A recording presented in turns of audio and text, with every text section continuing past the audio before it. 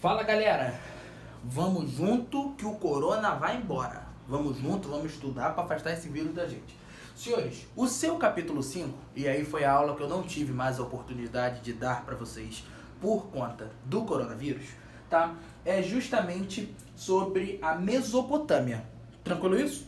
Então aqui a gente vai destrinchar os principais pontos sobre Mesopotâmia. Nessa aula eu vou mais um pouquinho devagar. Tranquilo isso, gente? Beleza? Bom, senhores, Mesopotâmia, tá? Significa, e caiu uma questão disso para vocês, terras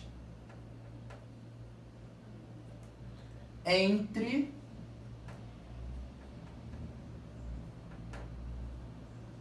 rios.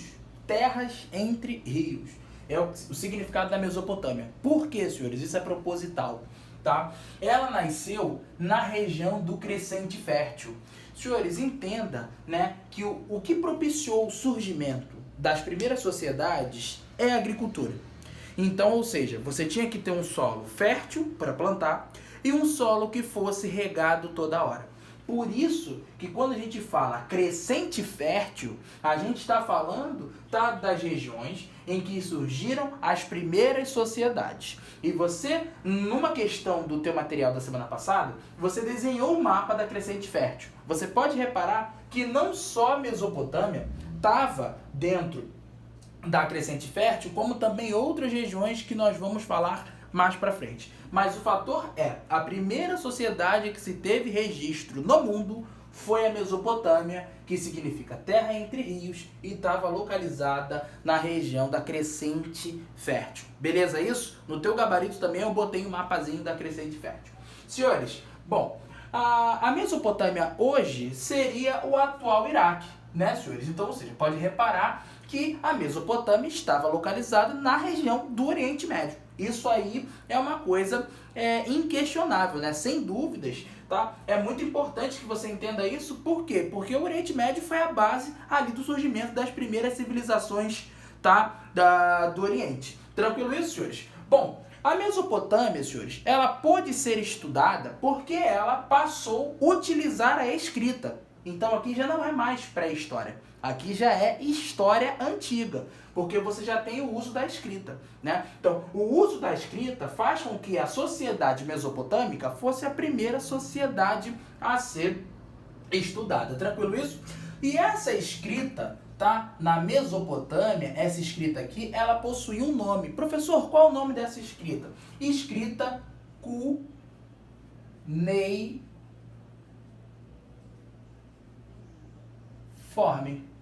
Beleza isso? A escrita cuneiforme, a escrita do cunho. Eles cunhavam, né, argila, eles cunhavam na pedra símbolos para se comunicarem entre si. Tranquilo isso? Então, esse era o tipo de escrita da Mesopotâmia. Não vai pensar, senhores, que é a sua apostila, porque está escrita, é a mesma escrita que tinha na Mesopotâmia. Não. Foi o desenvolvimento das primeiras formas de escrita. Tranquilo isso? Então, ou seja, senhores, a escrita cuneiforme foi a primeira escrita que surgiu no mundo e, consequentemente, na Mesopotâmia. Além deles utilizarem a escrita, senhores, que eu já falei com vocês, eles eram também politeístas. Professor, o que seria politeísta?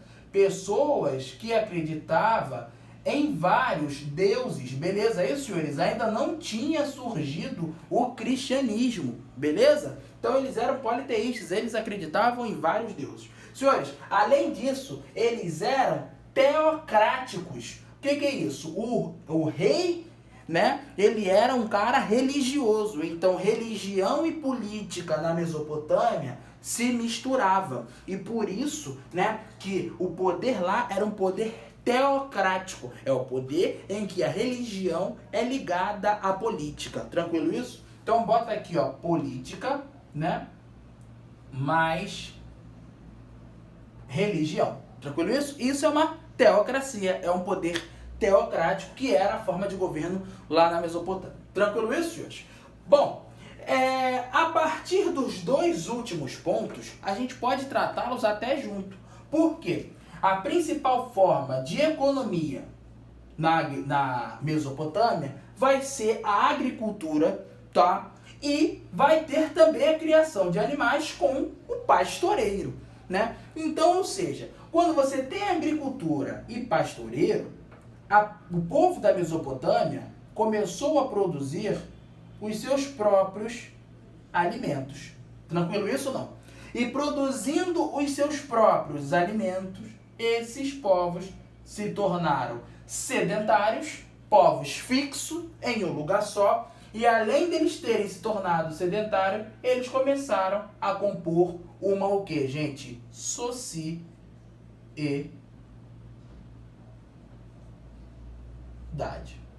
Beleza isso? Então vamos lá. Recapitulando. Mesopotâmia, terra entre rios, região do crescente fértil, porque estavam localizados perto da água para deixar o solo fértil para plantação. Hoje, a Mesopotâmia seria o atual Iraque. A Mesopotâmia utilizava a escrita. Qual escrita, professor? A escrita cuneiforme. Eles eram também politeístas. Portanto, professor, eles acreditavam em vários deuses.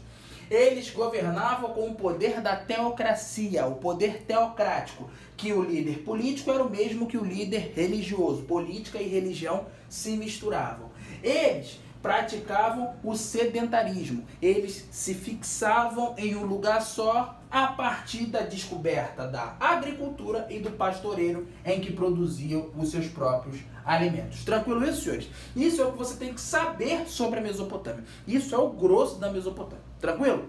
Senhores, quem foram os primeiros povos que deram origem a todas essas características?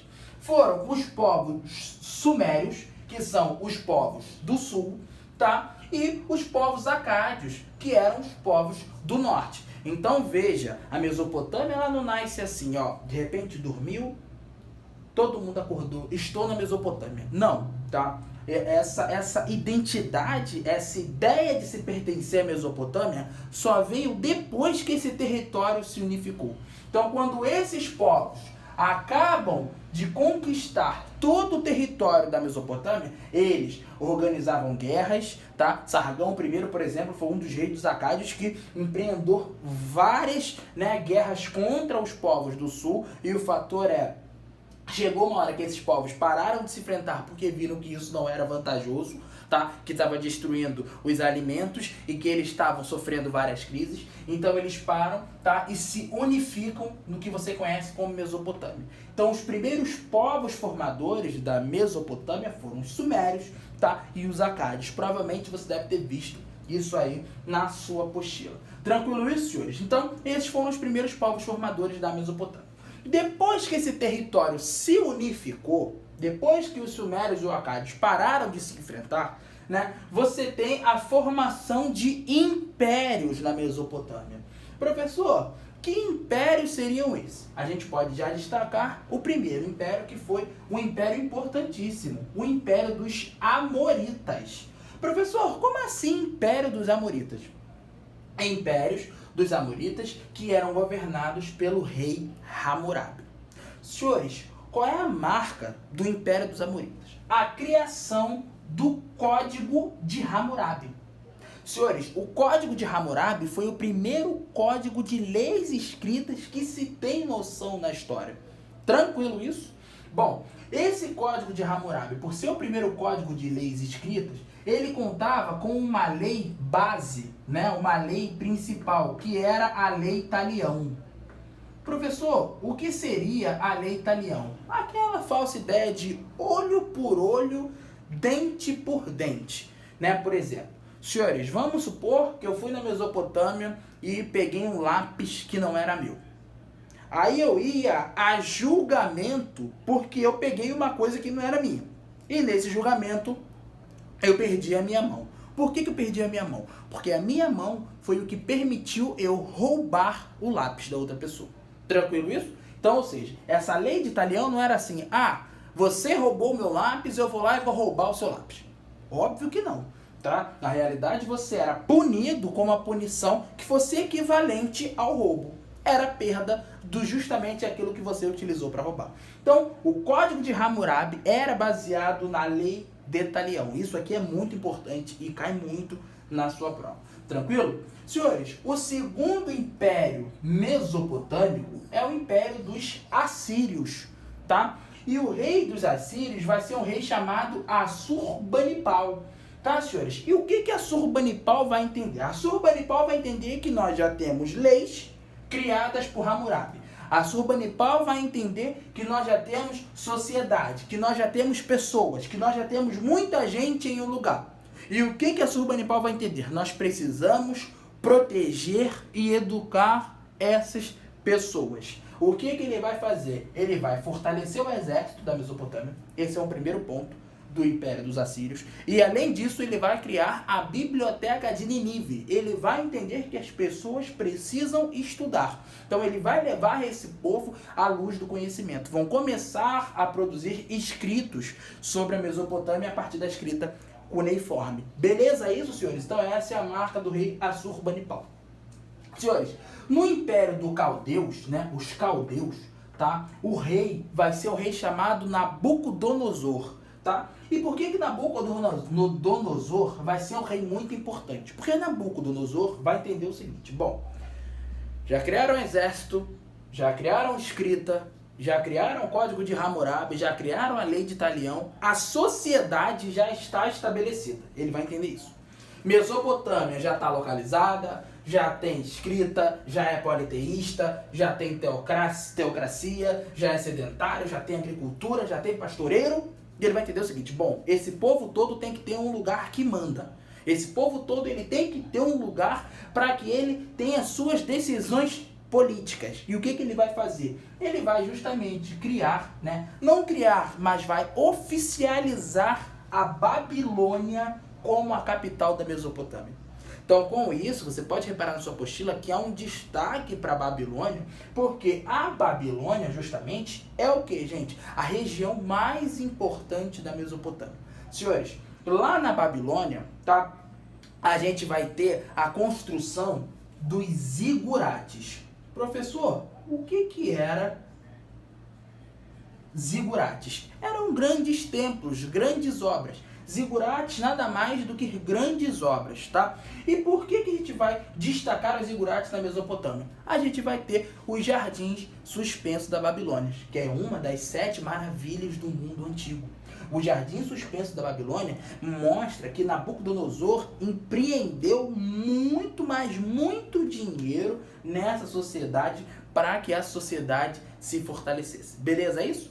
Com a capital em Babilônia, lá na Babilônia também teve uma outra criação muito importante, que foi o cativeiro da Babilônia, onde os opositores ao rei Nabucodonosor, no Império dos Caldeus, os opositores, a galera que não gostava de Nabucodonosor, ia presa, né? Ia para o seu cativeiro. Tranquilo isso? Então você já tem ali a ideia de prisão dentro da Mesopotâmia. Tranquilo, senhores? Então vamos lá. Povos formadores: sumérios e acádios. Principais impérios: amoritas, rei Hammurabi, o código de Hammurabi, lei de Talião. Os assírios, rei Assurbanipal, fortalecimento do exército e criação da biblioteca de Nínive. E os caldeus, com o rei Nabucodonosor, trazendo a capital do império para a Babilônia, fazendo os zigurates, que são grandes obras, tranquilo isso? E fazendo o cativeiro para prender os seus principais opositores. Então, senhores, a grosso modo, né, destacando os tópicos principais do seu capítulo 5, aqui está a sua aula de Mesopotâmia. Espero que tenha ficado claro para vocês as principais características da Mesopotâmia, tranquilo? Os principais impérios e os povos formadores. Beleza aí, senhores? E aí nossas aulas vão funcionar assim a partir de agora. Claro que sempre paralelas a essas aulas, vocês vão ter um material disponibilizado pela Eleva. Beijo, senhores. Um abraço e tchau, tchau. Até a próxima.